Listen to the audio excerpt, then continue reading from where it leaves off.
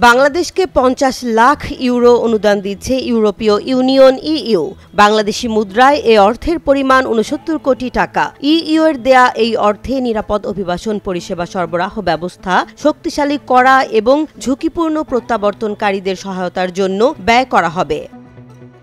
১৬ April ERD থেকে পাঠানো এক প্রেস বিজ্ঞপ্তিতে এ তথ্য জানানো হয়। অর্থনৈতিক সম্পর্ক বিভাগের সচিব মোহাম্মদ শাহরিয়ার কাদের সিদ্দিকী এবং আইওএম বাংলাদেশের মিশন প্রধান ল্যান্স বোনো চুক্তিতে স্বাক্ষর করেন। স্ট্রেনদেনিং service delivery systems for improved migration management and sustainable reintegration প্রকল্পের আওতায় অনুদান দেবে ইইউ। অর্থনৈতিক সম্পর্ক বিভাগ ও আন্তর্জাতিক অভিবাসন সংস্থার মধ্যে অনুদান চুক্তি সই হয়েছে।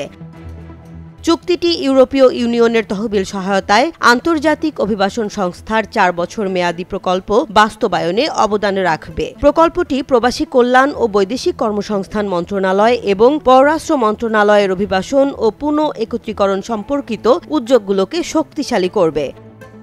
প্রকল্পের উদ্দেশ্য হল বাংলাদেশের অভিবাসন এবং পুনঃ একত্রীকরণ পরিষেবাগুলোকে শক্তিশালী করা, যা নিরাপদ ও সুশৃঙ্খল অভিবাসন অনুশীলনে সহায়ক হবে। অভিবাসন এবং প্রত্যাবর্তনকারীদের টেকসই পুনঃ একত্রীকরণ নিশ্চিত করা হবে।